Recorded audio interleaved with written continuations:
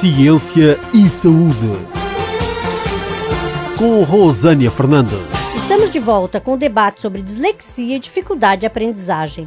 Apresentação: Rosânia Fernandes, assistência técnica Antônio Augusto. Para quem está ligando o rádio agora, o debate é um segmento das apresentações feitas no primeiro encontro sobre dislexia e dificuldade de aprendizagem, que ocorreu nas instalações da Associação Esterians. Contou com a presença de mais de 300 pessoas que vieram compreender mais sobre esta temática, demonstrando assim a relevância e pertinência deste assunto. Contamos com as presenças do Sr. Pedro Paiva Oliveira, que veio contar na primeira pessoa como é ser um disléxico e conviver de forma otimista com esta realidade. A Sra. Raquel Gonçalves, que nos conta como é conviver com uma criança disléxica, os desafios que temos que ultrapassar para melhor ajudar nesta situação. Contamos também com a presença de especialistas de renome na área, como o Dr. Rafael Pereira, especialista em dislexia, diretor pedagogo da Associação Esterians. O Dr. Jorge Serrano, diretor da Escola Superior de Educação Almeida Garrett, especialista em estudo da criança na área da educação especial e inclusão. A doutora Célia Gandres, mestre em psicologia educacional, e a doutora Inês Rezende, coordenadora do Gabinete de Psicologia da Associação Esterians. Vamos agora para a segunda parte do debate. A pergunta então para todos. Por exemplo, alguém que descobre na adultidade ou na adolescência que é disléxico, ele vai ter mais dificuldade em aprender ou vai ser da mesma forma como se fosse criança, aos 5, 6 anos de idade? Por quê? Às vezes ele não consegue, eu já vi vários casos de criança que desiste da escola e não tem estímulo dos pais. Na sociedade, às vezes, os próprios pais não incentivam e não vão à escola mais. E então, como que fica se na adultidade ou na adolescência eu descubro que sou disléxico e resolvo virar, dar uma volta, vou voltar a estudar? Eu vou começar e depois vou passando o microfone. Em termos do meu contributo no âmbito da neurociência, há uma característica que é fundamental nós percebermos. O nosso cérebro tem uma característica que nós chamamos de plasticidade. Eu posso aprender a ler aos 80 anos sem dificuldade, ou seja, vou ter mais dificuldade porque eu tenho 80 anos, mas eu posso aprender a ler. Eu conheço casos de pessoas que se alfabetizaram aos 80 anos. Okay? Portanto, eu já dei aulas ao ensino recorrente de alunos que tinham 70, 80 anos e que se alfabetizaram com essa idade. Portanto, isso prova exatamente o quê? Que o nosso cérebro tem essa capacidade de plasticidade para assimilar aquilo que nós vamos dando. O cérebro recebe tudo o que nós lhe damos, só que recebe de formas distintas dependendo da capacidade que nós temos em determinada idade. Se eu tenho um aluno com 10 anos de idade que é diagnosticado como disléxico, o meu processo de intervenção vai ser mais facilitado porque o seu cérebro tem uma plasticidade, uma maleabilidade diferente do que um cérebro de 30 anos. Não é? Mas não significa que o cérebro de 30 anos, ou que a pessoa de 30 anos, não consiga voltar a reaprender. Porque a intervenção em dislexia é exatamente isso, é reeducar. E essa reeducação pode ser feita em qualquer idade. O grau de dificuldade muda de acordo com a idade que nós temos, mas é possível.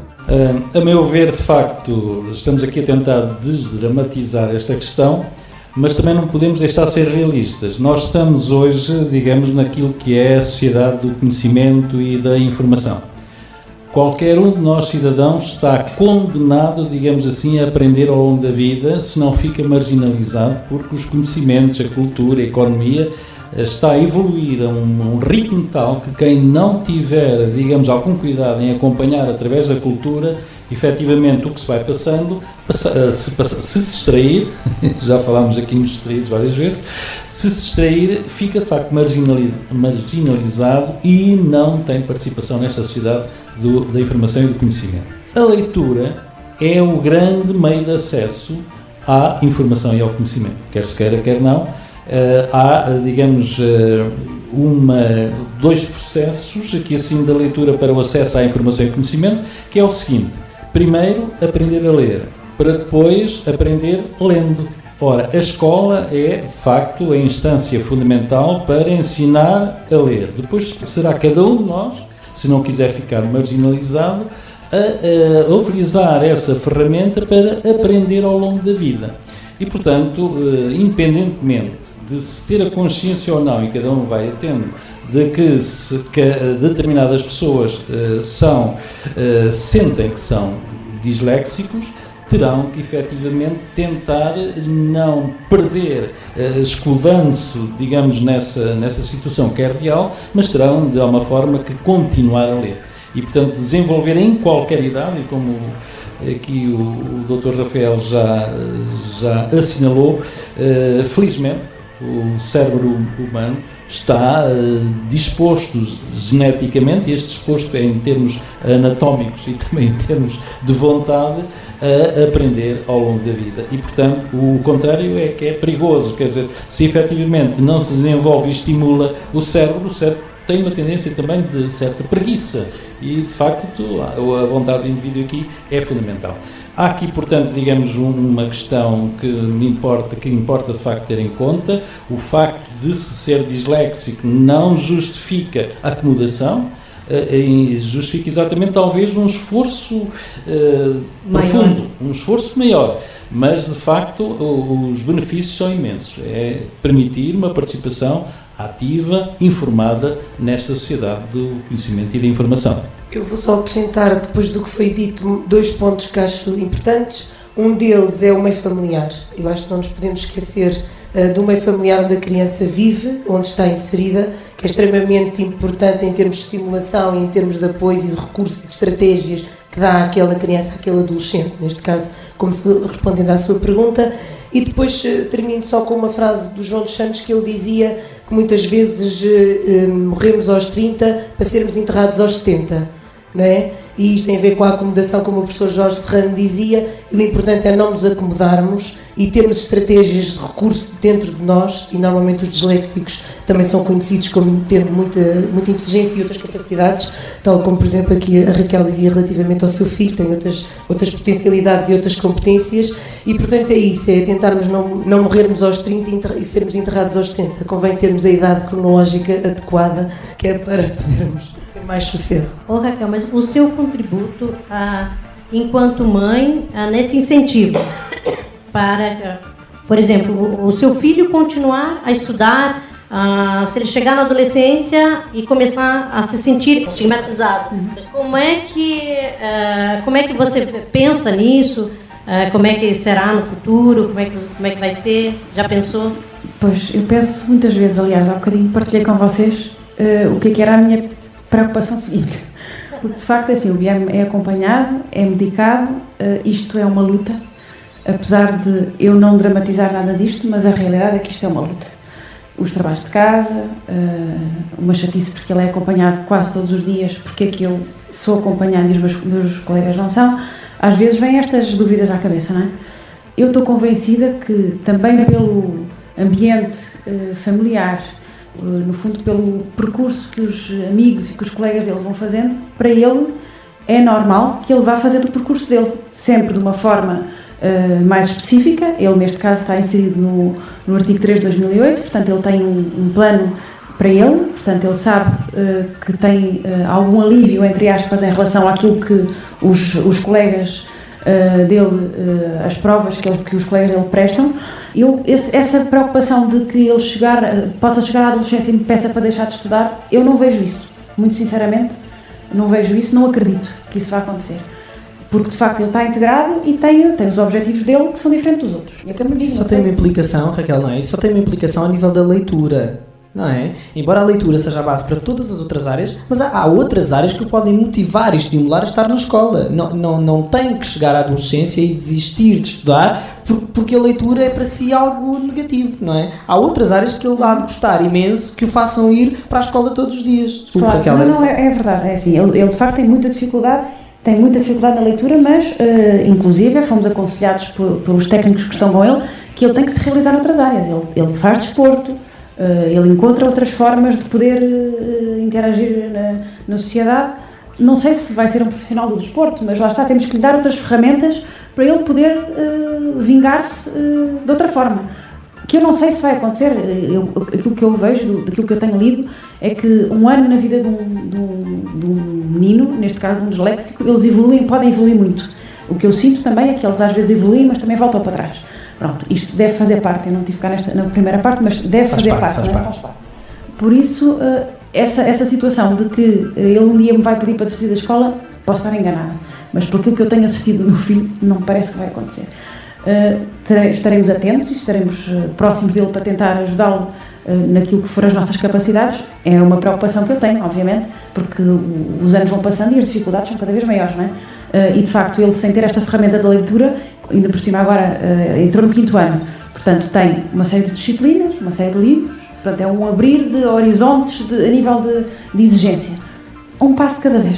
Eu muito sinceramente não fico desesperada, estudo com ele quando Ter paciência, não é? O meu marido também tem que se ter alguma paciência. Ainda hoje de manhã passei-me dos carretos, como se costuma dizer, mas pronto, mas faz parte, Faz parte, né? faz parte. Fiquei um bocadinho sem paciência e ele também, mas Também acontece com as mães que os seus filhos não são disléxicos, portanto, isso Às também. vezes até pior.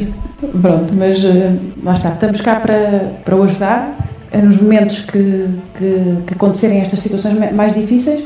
E por outro lado, hoje em dia existem outros apoios de pessoas que estão à nossa volta, dos técnicos, das pessoas também que o acompanharam, para também, se eu precisar dar um grito, que dou muitas vezes, às vezes tenho que telefonar a perguntar se é normal, ou perguntar o que é que eu faço.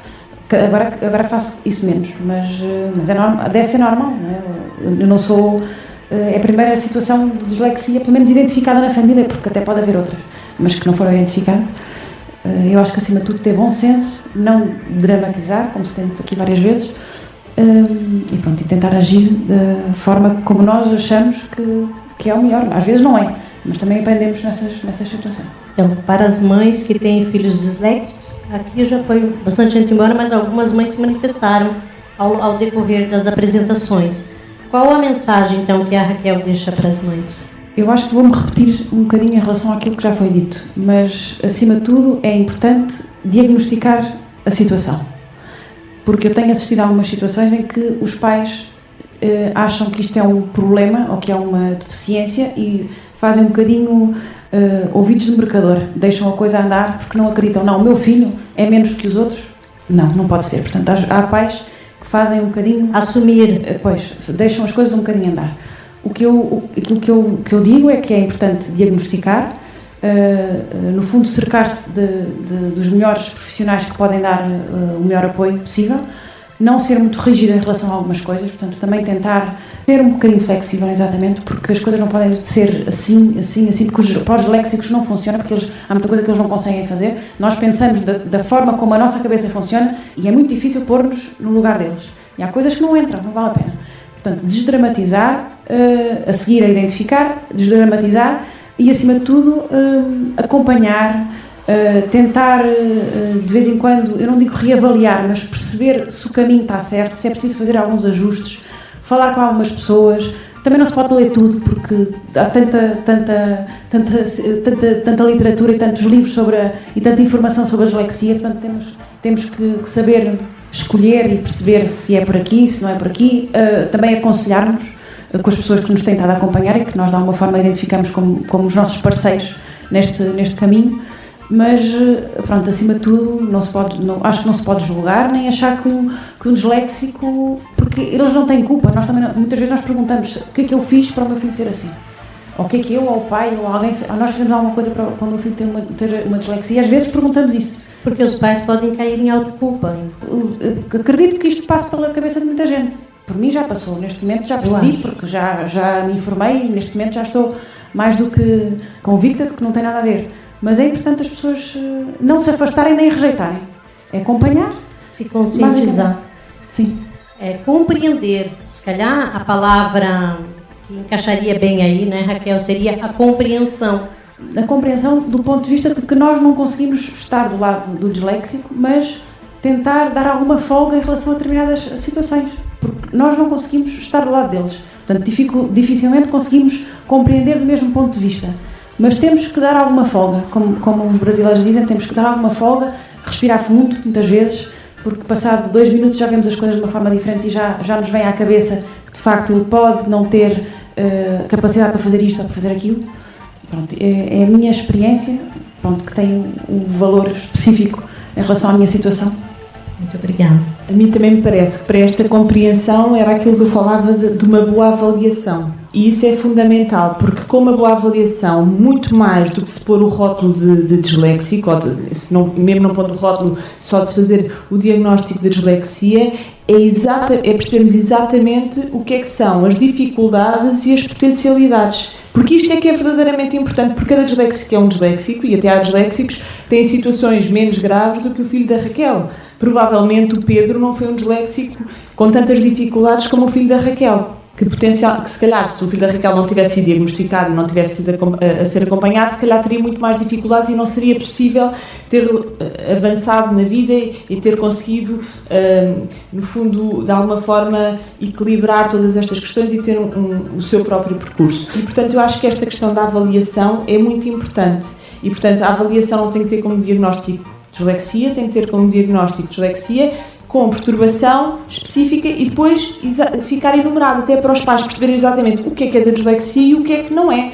Porque nós temos que perceber, quando nós dizemos um disléxico, que o disléxico não define a pessoa. Nós temos uma criança com dislexia e ao mesmo tempo que tem dislexia, tem as suas características pessoais. E quando eu estava a ouvir a Raquel, pensava assim, eu imagino que a maior parte das mães aqui se passem dos carretos, como a Raquel diz, gritem com os filhos, haja momentos em que pensem, será que ele é assim porque eu fiz alguma coisa de errado? Portanto, todos estes pensamentos e todos estes sentimentos são normais porque todas as crianças têm dificuldades. E, portanto, há coisas que são específicas da dislexia, mas é importante que a dislexia não defina a pessoa. É um problema, é uma questão. Mas continua a ter todas as outras questões e todas as outras dificuldades como mãe que educa uma criança. E se calhar 90% delas nem têm nada a ver com a dislexia, tem a ver com as características. Eu costumo dizer que é um disléxico com olhos verdes, que calça 39, que veste camisa não sei o quê. Portanto, é mais uma característica com outras características, não é? Portanto, é exatamente isso. A cor dos olhos, a cor do cabelo, é uma característica, não é? E, portanto, só que é uma característica que, enquanto patologia neurobiológica, deve ser corrigida e deve ser trabalhada. Há bocado a Raquel queria só aqui um apontamento, porque a Raquel falou em medicação, mas o Guilherme é medicado porque ele tem hiperatividade, certo? Porque a dislexia não tem medicação. É importante que isto fique claro para quem está a ouvir que a dislexia não tem medicação. O processo de reeducação ou de tratamento, digamos, não é feito com fármacos ou com químicos. Portanto, aqui neste caso específico é para a hiperatividade. Ou seja, a pessoa disléxica, ela tem que aprender a conviver com isso porque não há medicação. Ela vai conviver, aprender como conviver com isso dentro da aprendizagem. Sim, é exatamente isso. Portanto, não é exatamente isso como já dissemos. Ela vai tentar lidar com a situação e tentar dar a volta, vai criar estruturas, não é, para subterfúgios para fugir a algumas coisas. Não é por nada que o Pedro foi tirar a gestão de empresas, não é? Porque vem das matemáticas, não é? Vem da gestão, não está tão ligado à questão da área da leitura, da compreensão. Acabam por fugir para outras áreas para a qual eles são bons. Agora, que a dislexia de facto não tem medicação, não tem. Mas há uma reeducação. Sim, que inclusivamente no outro dia até falávamos eu e o Rafael, e ele me dizia que há estudos que fazem então a ressonância antes do tratamento e depois do tratamento, e que se vê diferenças depois não é do tratamento, da reeducação, e que se vê diferenças a nível cerebral. Portanto, esta intervenção faz de facto melhorar. É um tipo de tratamento, não é? Assim como se nós tivermos uma pessoa com um problema no joelho, eu às vezes comparo a nível físico, porque acho que as pessoas compreendem muito melhor ao nível físico. Se eu tiver um problema no joelho, eu vou fazer uma fisioterapia, não é? Não é o problema do joelho que me caracteriza. Eu posso ter uma dificuldade em andar, mas não é isso que me caracteriza. Claro que isso traz uma série de problemas, mas com os quais eu tenho que aprender a conviver. Mas eu volto a insistir, todos nós temos problemas e todos nós aprendemos a conviver com eles. E, portanto, quando pergunta se o filho da Raquel vai estudar, eu também não sei se o meu filho vai estudar, quer dizer, só aos 14 anos lhe vai dar, quer dizer, eu vou forçar. Mas não sei se ele não vai pedir isso. E acho que às vezes é muito perigoso quando começamos a entrar nestes fantasmas, porque então tudo é interpretado à luz daquele problema. E se calhar se conseguirmos ver de uma forma mais abrangente, até conseguimos dar respostas muito mais adequadas. Porque às vezes os problemas não é só... é tudo. Para voltar um bocadinho atrás, só para clarificar aqui uma questão, pelo menos clarificar para mim próprio, mas pode servir também de clarificação para os que nos estão a ouvir, e que significa apenas isto. A dislexia não precisa de medicamentação porque não é uma doença, não é? As doenças, sim, essas é que precisam de apoio clínico e depois os fármacos. A dislexia, de facto, não sendo doença, não são aplicáveis os fármacos. E já agora, uma vez que tenho aqui o tempo da antena comigo, é só para adiantar uma questão que pode ser, digamos, uma proposta para futuros encontros. Este encontro foi, de facto, um lançamento cheio de êxito e aproveito mais uma vez para dar os parabéns aos organizadores, mas há aqui uma questão que me tem preocupado hoje, exatamente ao longo do encontro. Uma questão que tem a ver, efetivamente, com as dificuldades de aprendizagem e, sobretudo, na leitura. É que falou-se aqui em métodos de desenvolvimento da aprendizagem da leitura com apoio ao gesto. Foi uma das últimas intervenções, muito bem concebida, apresentada, etc. E eu estava a pensar, ora, nas nossas salas, felizmente por um lado, são salas inclusivas, há crianças e jovens cegos. Ora, como é que se pode utilizar, por exemplo, isto é uma limitação deste método, e, portanto, este método não é inclusivo. Por outro lado, há também, digamos, crianças e jovens surdos. Não se podem acusar, digamos, ou não se pode aplicar a este tipo de população o déficit fonológico, né? Porque o som não faz parte, digamos, da vivência cotidiana. Portanto, para o próximo encontro, como é que se pode tornar, uma proposta, claro, como é que se pode tornar inclusivos os métodos de desenvolvimento da aprendizagem da leitura, tendo em conta todo e qualquer aluno. E já agora, e penso que ficarei por aqui nesta intervenção e agradecendo a oportunidade que me foi dada, é também para chamar aqui, assim, digamos, um sentimento de justiça. E a justiça vai exatamente para a Rádio Horizonte. Há pouco estive a falar com outra vossa colaboradora, exatamente a felicitar pela pertinência social e humana que tem esta preocupação da Rádio Horizonte, em estar efetivamente a acompanhar, a desenvolver e a informar todos os ouvintes de problemas contemporâneos de grande incidência nos projetos de vida e na felicidade das pessoas, neste caso dos indivíduos, das crianças e dos jovens com dificuldades de aprendizagem. É de facto uma rádio local, mas pela sua preocupação, para mim, tem o estatuto de uma rádio mundial. Muito obrigada, muito obrigada.